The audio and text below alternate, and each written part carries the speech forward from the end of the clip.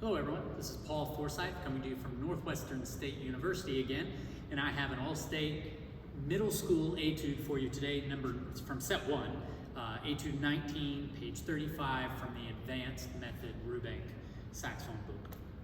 Stay tuned for after I play the etude for you because I have some practice tips that you'll want to check in. Here we go.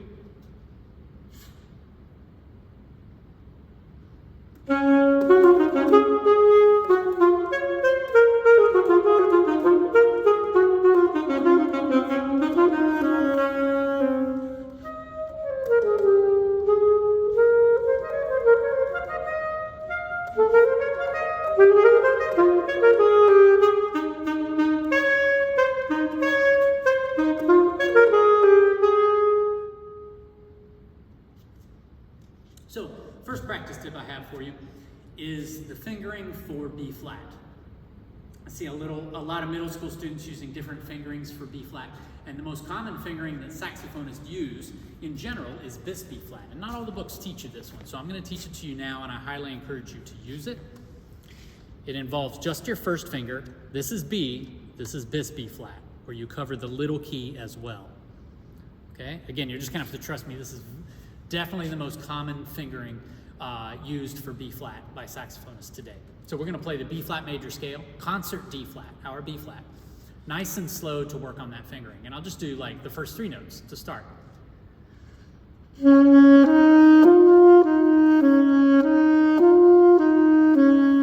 Or maybe just B flat and C. And then start extending the scale.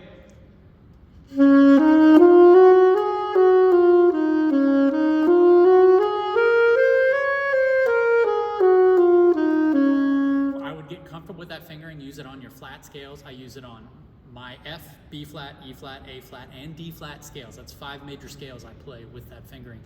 And that's very common. Okay, so you want to get comfortable with that fingering. It's going to help you in this etude.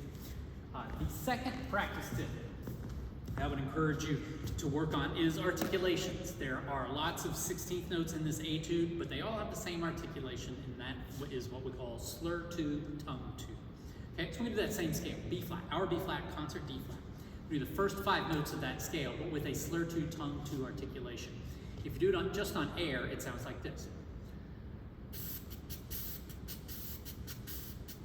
Keep the air fast, and I would practice that with the saxophone embouchure. Good, then I turn on the metronome. So just on air. Good, now I'm going to do B flat major scale, B flat up to F, the first 5 notes up and down. Do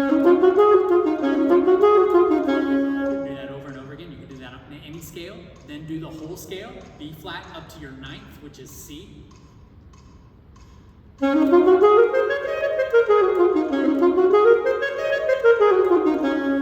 get comfortable with that articulation and the fingering. I'm using bis B flat.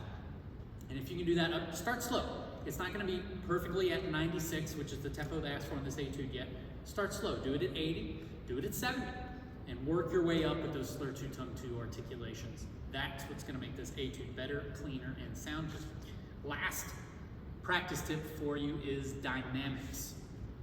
You have 3 different dynamic contrast elements that you have to think about with this etude.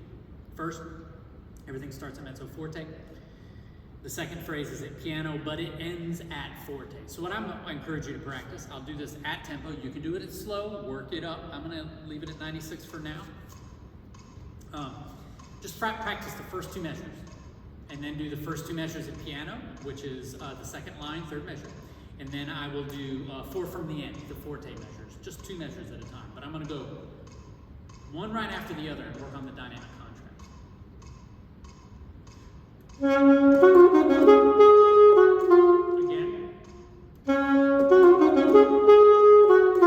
Okay, the piano.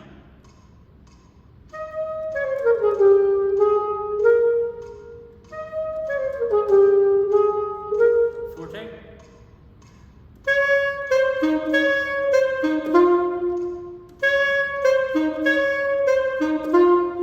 Do it with and without the metronome. And also record yourself doing it to see if you can really hear the dynamic contrast. I hope these practice tips helped. If you have any more questions, please reach out to Paul Forsyth. My email address is the best way to contact me. FORSYTHP@nsula.edu. Have a good day.